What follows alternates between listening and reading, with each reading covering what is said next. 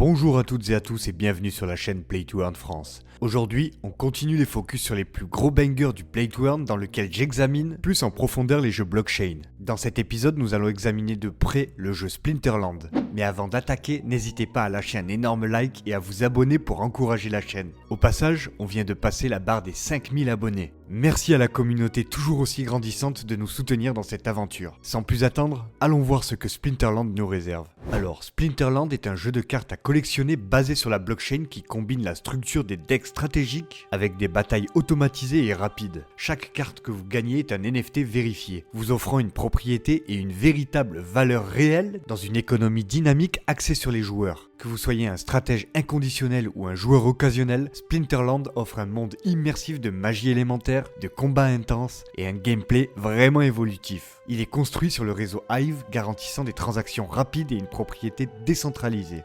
Splinterlands se déroule dans un monde mystique où vous contrôlez de puissants invocateurs issus de 6 factions élémentaires. Le feu, l'eau, la terre, la vie, la mort et le dragon. Il existe également un 7ème élément appelé neutre qui est utilisé pour les mercenaires. Votre invocateur détermine la stratégie de votre deck. Il est donc essentiel de choisir la bonne. L'histoire du jeu ajoute de la profondeur à chaque bataille sans vous submerger, ce qui donne vraiment l'impression que chaque match fait partie d'une épopée plus vaste. Lorsqu'un match commence, vous présélectionnez votre deck en fonction des limites de mana, des capacités des cartes et des forces élémentaires. Chaque match a un plafond de mana qui correspond au coût total maximum de mana que votre équipe peut avoir. Chaque carte a une valeur de mana spécifique. Vous devrez donc équilibrer les unités puissantes avec leur coût de mana pour rester dans la limite. Alors les unités sont dotées de diverses statistiques telles que la santé, la vitesse, le type d'attaque et l'armure. Elles peuvent également posséder des capacités uniques qui peuvent influencer la bataille de différentes manières. Mettre un point d'honneur sur ces statistiques et ces capacités sont cruciales pour une composition d'équipe efficace. Une fois définies, les batailles se déroulent automatiquement, mais ne vous laissez pas tromper en pensant que c'est de la chance. Chaque carte possède des capacités uniques qui interagissent de manière inattendue, ce qui signifie qu'une planification stratégique est essentielle.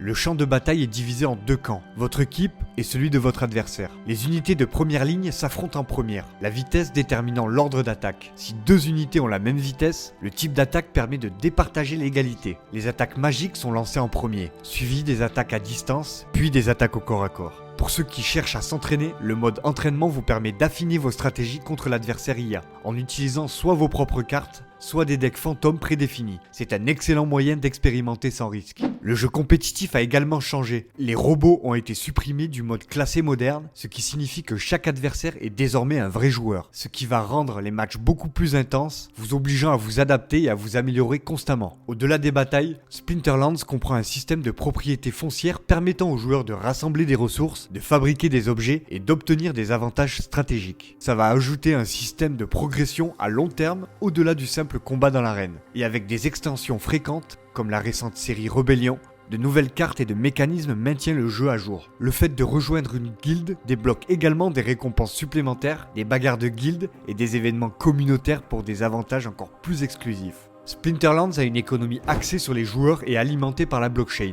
La principale monnaie du jeu est le glint, gagné grâce à des batailles classées, des tournois et des quêtes quotidiennes. Chaque saison classée apporte de nouvelles récompenses, notamment des potions rares, des cartes liées à l'âme et d'autres butins exclusifs pour renforcer votre deck. Le jeton de gouvernance du jeu Splinter Hearts, le SPS, peut également être gagné via des matchs classés. Vos gains dépendent de facteurs tels que votre classement, vos séquences de victoires, votre niveau de ligue et les bonus liés à l'utilisation des cartes rares. Le stacking SPS offre des récompenses supplémentaires, ce qui en fait un atout précieux pour les joueurs vraiment investis. Les cristaux d'énergie noire sont également une monnaie du jeu principal, ce qui équivaut à peu près 1000 decks par dollar. Le DEC est utilisé pour acheter ou louer des cartes dans le jeu, acheter des objets sur le marché sans carte, et il peut être échangé ou acheté sur divers marketplaces. Le deck peut également être gagné en brûlant des cartes, en brûlant des Splinter Hearts ou grâce aux récompenses du classement. La place de marché NFT vous permet d'acheter, de vendre ou de louer des cartes avec la technologie blockchain, garantissant des transactions sécurisées et transparentes. Que vous collectionnez, échangiez ou louiez, chaque actif du jeu a une valeur réelle. Et il y a aussi le système terrestre de Pratoria, une fonctionnalité majeure qui permet aux joueurs de rassembler des ressources, de fabriquer des objets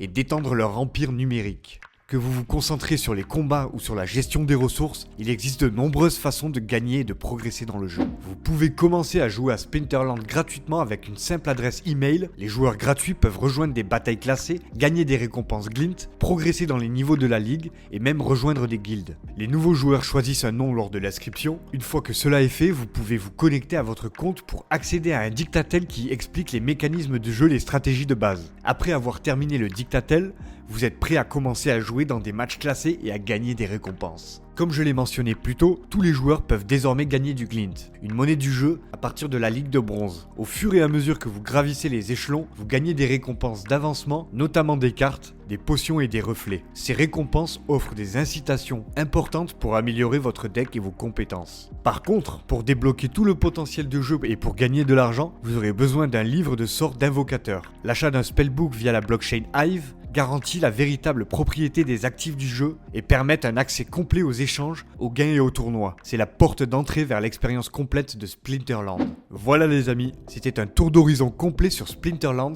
un jeu de cartes blockchain qui allie stratégie, rapidité et véritable propriété numérique. J'espère que cette vidéo vous a permis de mieux comprendre l'univers immersif de Splinterland et toutes ses opportunités qu'il offre, que ce soit en termes de gameplay ou de gains réels. N'hésitez pas à partager en commentaire vos stratégies et les prochains focus que vous aimeriez voir sur la chaîne. N'oubliez pas de laisser un pouce bleu, de vous abonner à la chaîne et d'activer la cloche de notification pour ne rien manquer de nos prochains épisodes. Merci d'avoir regardé la vidéo jusqu'à la fin, je vous dis à très bientôt pour un nouveau focus sur la chaîne Play to Earn France.